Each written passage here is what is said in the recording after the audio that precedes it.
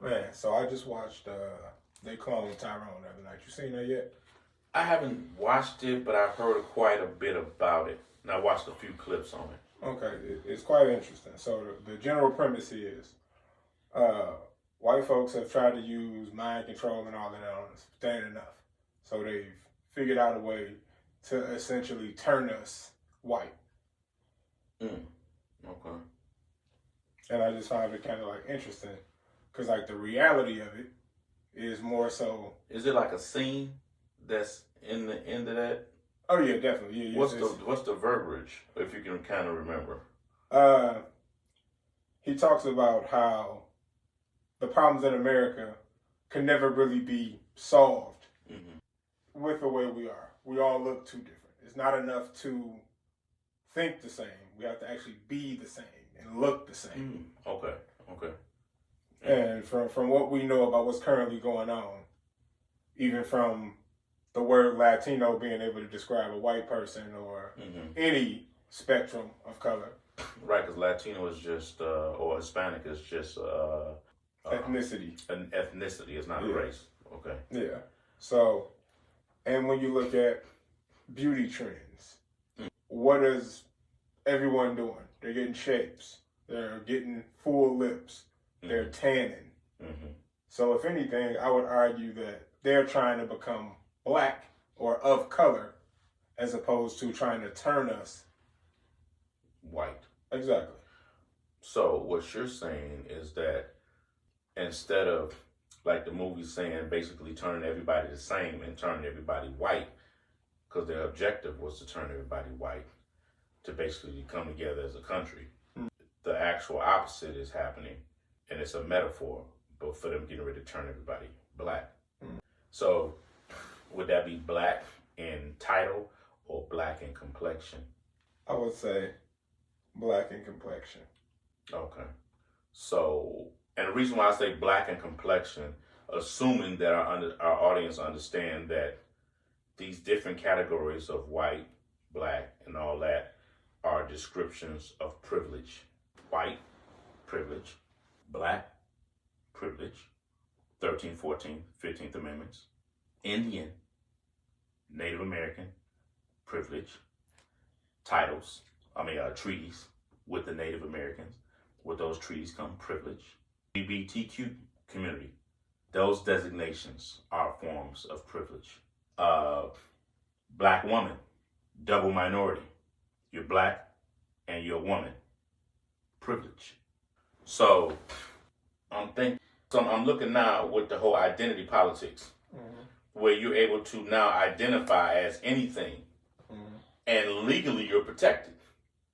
You can identify as a woman and dress as a woman, and just by identifying a woman and dressing as a woman, you can okay. I'm a woman. What does it matter? So what does it matter? What at one time traditionally for us that was fictitious or you were delusional, whatever your reality is, you get to play out. So you're saying, or am I correct, that basically this description of all these identities that's going on is basically to eventually funnel you into one description, but that description, physically looking at you, is of color, and everybody will be black under the privilege ideal. Yes, and here's why. To our entire society. There's another way to continue to rule. Everybody's got a part to play. In order for us to continue our work down here, this place has to have a certain flavor, quality of life. Because you'll be allowed to live out whatever your individuality is, whatever you identify yourself as, online. Right. But the physicality of it. You're able to live out your own reality, but as a people, what will we be called in the future? And this is the reason why I asked that, is because if we're going to become federal citizen, ideally, and you're going to erase the whites, the Hispanics, or all this, and you're going to basically label everybody as black. This is what you think. Yes. Okay, I would like, agreeing with the idea, to argue the opposite position. Okay.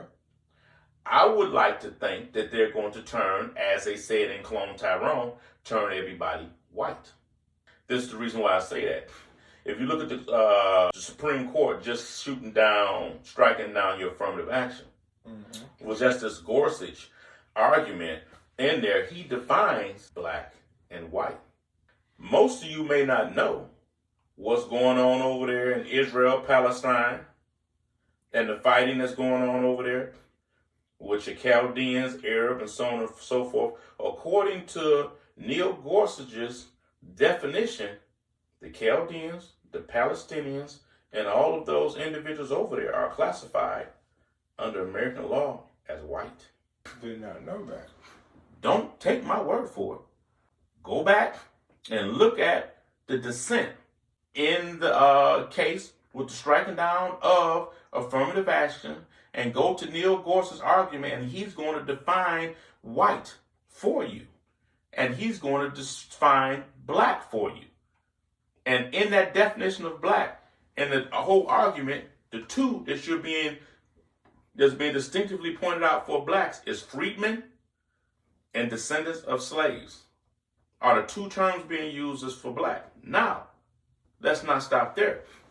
When I was in federal prison, I was an orderly. Anybody in the prison, you know what an orderly is. But I became the head orderly. I ran half of the prison. I did all the payroll for half of the prison for all the orderlies that was in the prison. So I got a chance to see a lot of the paperwork on everybody that I was over. I was over like about 300 or 400 inmates.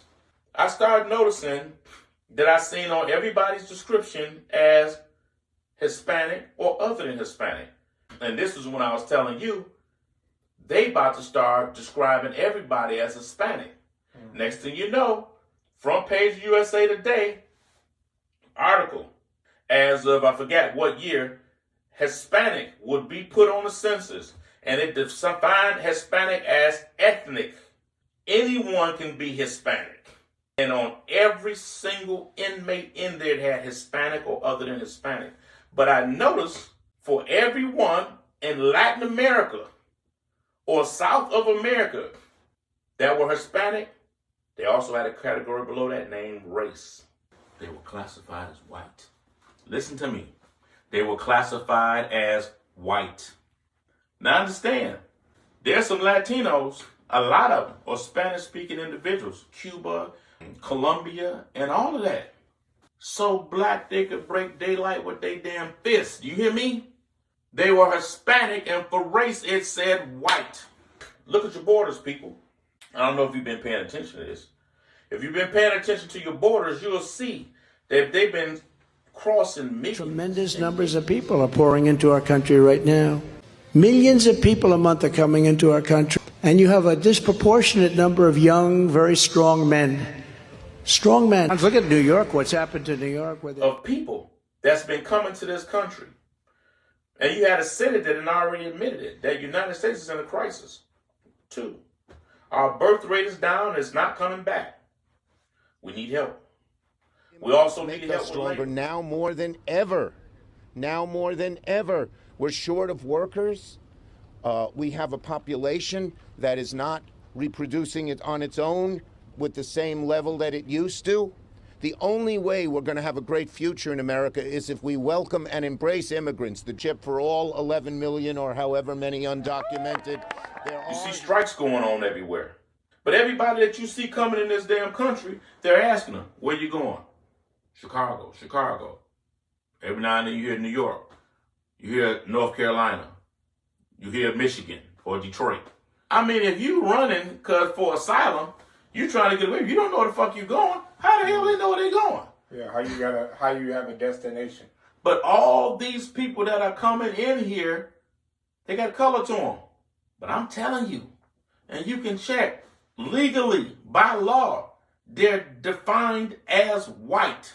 So what I'm thinking is going on based on that movie, that yeah, you're going to be of color, but you're going to be defined as white. So white won't mean the traditional understanding of white anymore. White would just be the classification of your race. Don't matter how you look. You could be pink, purple, blue, or whatever.